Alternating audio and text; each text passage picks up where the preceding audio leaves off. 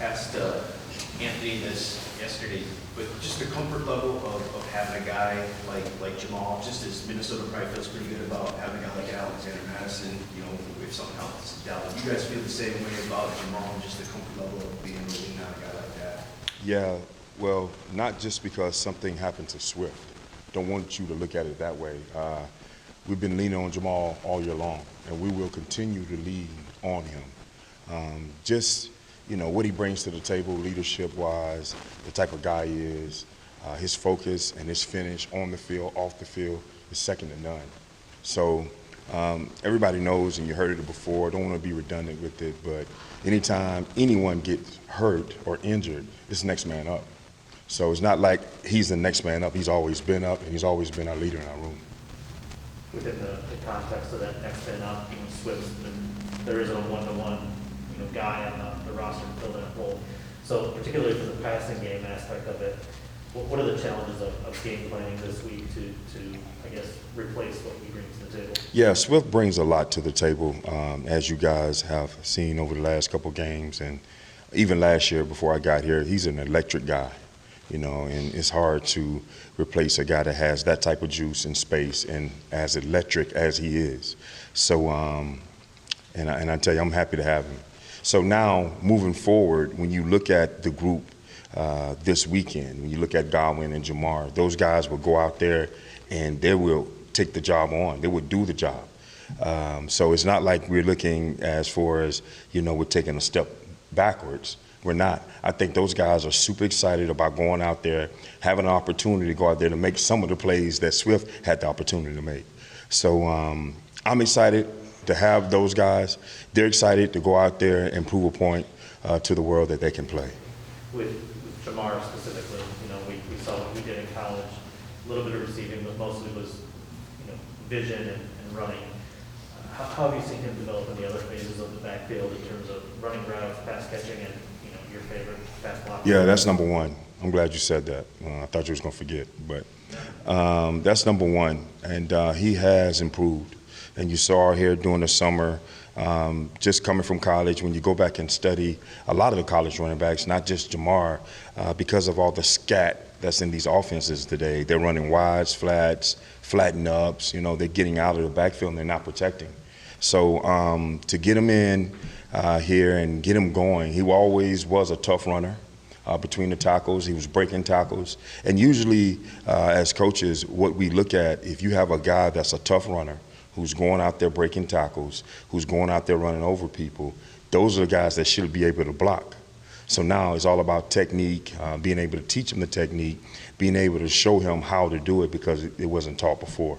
So he has climbed the mountain when it comes to protection. I'm not saying he's great or anything, but he understands it, which that makes me feel better because that's number one on my board.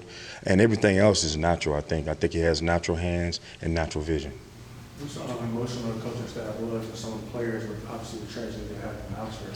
Do you feel like something like that? I know you guys are going to be wearing different things to honor them as well. Can something like that for you guys who still desperately trying to get a win, can something like that bond you together, you know, to try to get this win and honor them as well? Yeah, without a doubt, man. And I think that starts with a simple conversation within the group and the team. And we had a chance, we took 5 minutes out of our group and we just talked about it. And just talked about what happened and if those that have kids like myself, you know, how you can communicate to them, how you can try to help them deal with something like this. So it's tragic, it's hurtful. We will be honoring them Sunday with T-shirts and, like you said, tags.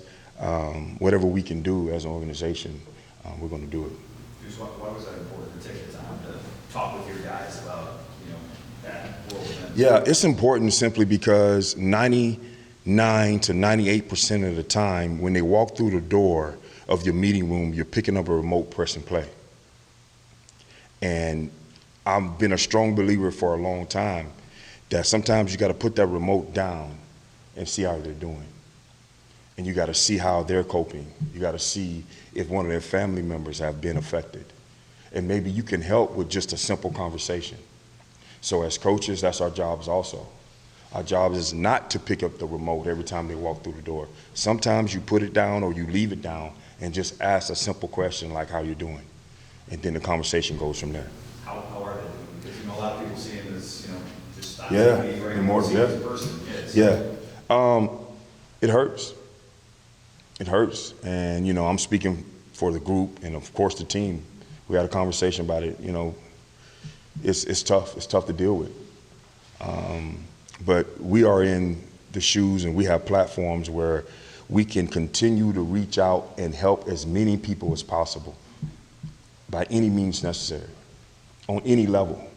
And we must do that. That's our jobs, and we will. You have kids, right? Yes. So how did you? They're younger. I have an older son that's at the University of South Carolina. And that's the thing, man. You got younger kids. At what age do you talk about it? Everything that's going on today with social media, of course, and some of these video games, that may be your way in to talk to a younger kid, because some of these video games, man, are pretty rough, So that may be an avenue you travel and you sit down and maybe talk to them about, hey, man, if you see this, if you see that, this is a way you can react. Be careful, things of that sort. How old are your kids? In the household, I have a 2 and 7.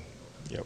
My oldest son is down at the University of South Carolina. He's a senior. 7-year-old is great. Like my son's 7, so it's sort of it is a delicate thing at that age. Yeah, so it's about the approach. You got to be very delicate. So I catch myself rehearsing my lines a lot more there than here.